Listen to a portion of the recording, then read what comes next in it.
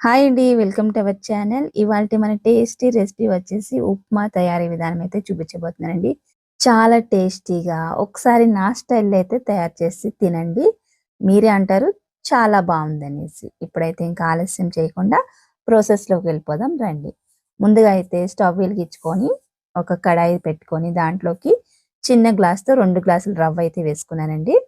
ఇద్దరు మనుషులకైతే ఈ 2 గ్లాసుల రవ్వ సరిపోతుంది. మరీ ఎక్కువేసేస్తే మళ్ళీ మిగిలిపోతుంది. ఇట్లా ఉత్తి మూగుట్లోని ఆయిల్ ఏమి లేకుండా ముందు ఫ్రై చేసేసుకోండి. పచ్చి వాసన పోయేంత వరకు ఫ్రై చేసుకొని పక్కన పెట్టేసుకొని, అదే ప్యాన్‌లో కొద్దిగా ఆయిలు, అలానే కొద్దిగా నెయ్యి కూడా వేసుకున్నానండి. మరిగిన తర్వాత మినపప్పు, శనగపప్పు, కొన్ని పల్లీలు, కొన్ని ఆవాలు వేసుకున్నాను. వేసుకున్న తర్వాత ఇవి కొంచెం లైట్‌గా వేగిన తర్వాత ఇప్పుడు నేనిక్కడ టమాటోలు, పచ్చిమిరపకాయలు, కరివేపాకు, అలానే ఉల్లిపాయలు, క్యారెట్టు, బంగాళదుంప ఇవన్నీ కూడా ముక్కలు ముక్కలుగా కట్ చేసుకున్నానండి. చిన్ని చిన్నవి తీసుకొని. అదే పెద్దదైతే హాఫ్ హాఫ్ వేసుకోండి సరిపోతుంది. ఇక్కడ ఇవన్నీ వేసేసిన తర్వాత ఒకసారి మళ్ళంతా కలిపెట్టేసుకోండి. ఇప్పుడు కొంచెం లైట్‌గా ఉప్పు వేస్తున్నాను. ఓన్లీ ముక్కలకి సరిపోయేంత వరకే నేను ఉప్పయితే కొద్దిగా వేసానండి. మళ్ళీ తర్వాత మనం వాటర్‌లో కొంచెం వేసుకుందాము. అంటే ముక్కలనేది చప్పగా లేకుండా ఉండడం కోసం. ఇప్పుడు 2 గ్లాసుల రవ్వకి నేను 4 గ్లాసుల నీళ్ళైతే పోసుకుంటున్నానండి. ఇదిగోండి. ఇప్పుడు కొంచెం మళ్ళీ సాల్ట్ వేసాను.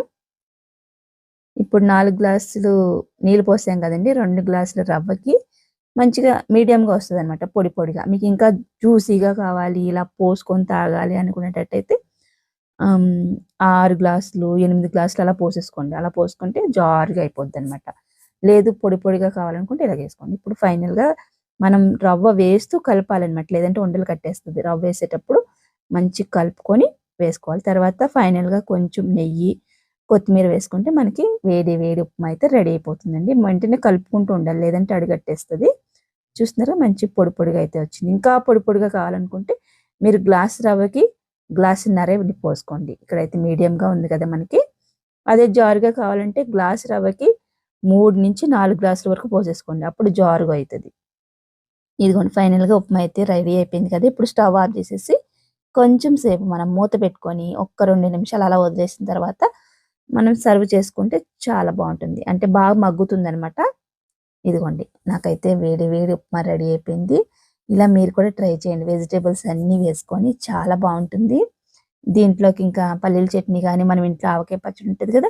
ఆవకాయ పచ్చడి గాని వేసుకొని తింటే సూపర్ ఉంటది. అలానే పల్లీల పొడి. పల్లీల పొడి కూడా చాలా బావుంటుందండి ఉప్మాలోకి. అలానే కొంతమందికి ఏంటంటే ఉప్మాతో పాటు టీ తాగే అలవాటు ఉంటది. నాకు కూడా అలవాటు ఉంది. టీ తాగే అలవాటు. వీడియో నచ్చితే లైక్ చేయండి.